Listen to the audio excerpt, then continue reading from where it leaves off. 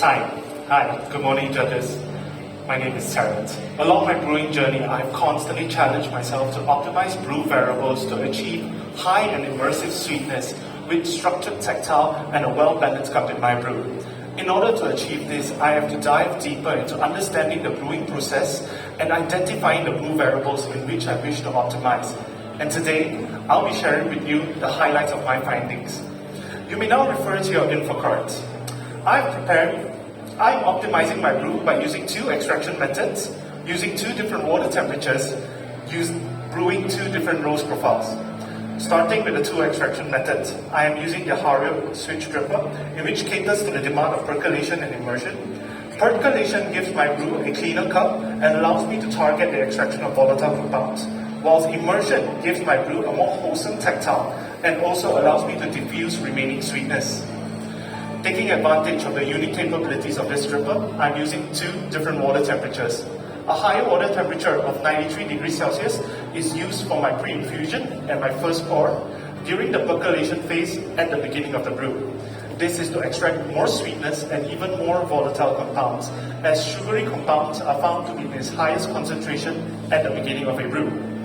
Immersion is using a lower temperature of 75 degrees Celsius during my final pour.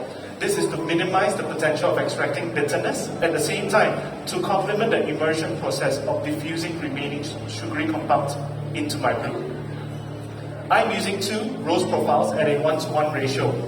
A shorter roast profile of 6 minutes and 30 seconds is able to preserve more aromatic compounds and give my brew complexity of flavor and clarity, whilst a longer roast profile of 7 minutes and 5 seconds with 15 seconds more on the Maillard phase and 20 seconds more on the development time gives my brew a more structured body and candy sweetness.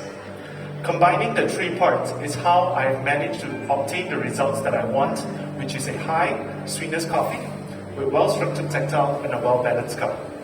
And now I'll show you how I brew this coffee. Referring to the pouring sequence, I start by quickly immersing 40 grams of coffee, in which I quickly unlock the switch. This process allows for a uniform saturation of all the grounds and complements my first pour, which is also my percolation pour, of 120 grams, resulting in a more even extraction across the coffee grounds. At the 1 minute mark, I lock the switch and start my final pour of 80 grams. I pour along the brew walls, pushing down all the coffee grounds, ensuring they're evenly distributed before allowing them to go through an immersion phase of 40 seconds. And at 1 minute 50 seconds, I unlock the switch and allow a drawdown, completing my brew in 2 minutes and 10 seconds. In order to fully optimize the switch dripper, I am using the Sibari's paper filter. It helps to overcome the tendencies of this dripper into choking or over-extracting when paired with other paper filters. This is because the Sibari's paper filter has a higher permeability, which means that it has a faster filtering speed, which results in a much greater and better extraction flow. The brew ratio that I'm using today is a 1:15 brew ratio, in which translates to 16 grams of coffee to 240 grams of water. The grind size that I'm using is a 21 click on the Comandante hand grinder, in which I have diligently blown away majority of the silver skin to prevent them from causing bitterness or astringency. The water that I'm using is 80 ppm, in which I've made with 1 sachet of the aqua code to give my brew higher structure and better viscosity. Judges, now that we have the brew methods in place, it is time to talk about the coffee that I've chosen to complement it. You may now flip over your info cards.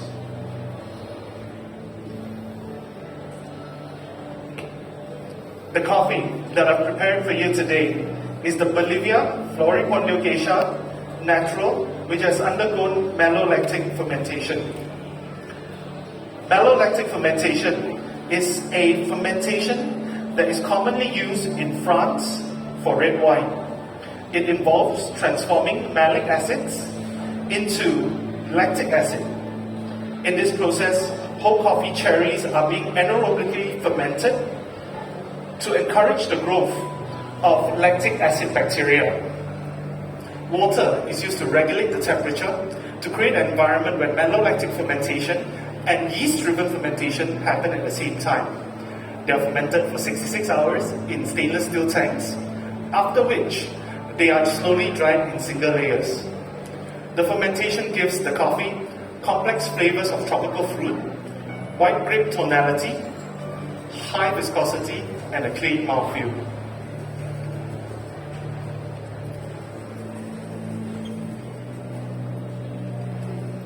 Now that the coffee is almost done, I am really excited to serve you this coffee, because this coffee performs its best 7 days after roast.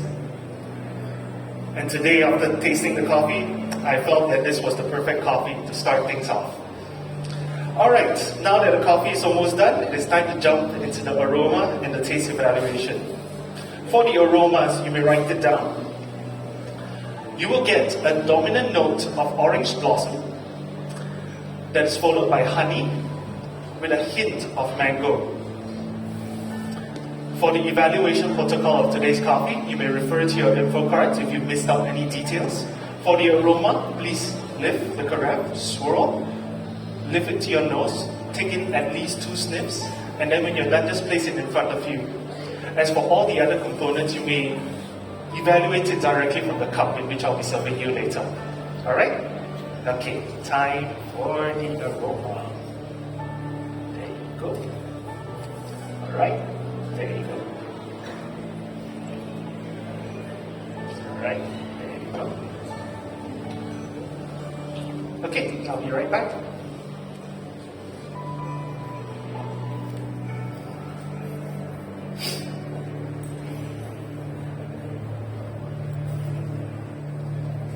Yeah? Alright. Judges, you may now start to write down the flavor notes of today's coffee. For the flavors, when it's hot, it will start with an orange note and papaya. When it's warm, you will get cantaloupes, mango, and red grape. And when it's cold, you will get papaya, mango, and a hint of orange zest. The aftertaste of this coffee carries a lingering honey aftertaste from hot, warm to cold.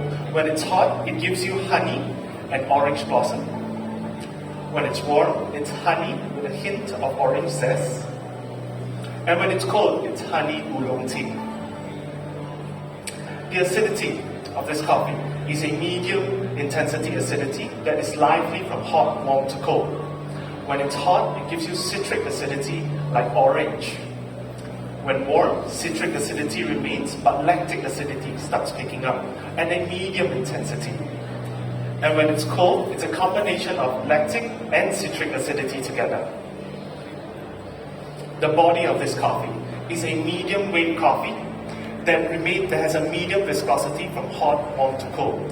It carries a milky texture that remains consistent across its hot, warm, and cold stage, structured, and it doesn't collapse in any of the stages.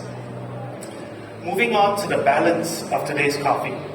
This coffee is led by its high honey sweetness, followed by its milky texture, complemented by its complex flavors, finished with a delicate aftertaste, which makes it indeed a perfect coffee to start the morning such as today. Making this coffee a gentle and elegant coffee that reminds you of a sweet and a warm hug. Judges, before I leave you to enjoy your coffee, it is important that I share with you this message. In order to make the specialty coffee industry sustainable, we have to constantly look into optimizing variables revolving around coffee, maximizing those variables so that nothing goes to waste, into creating a tasty cup that can be tasted today and for generations to come. And with that, my name is Terence. I hope you enjoyed the presentation, and I call time.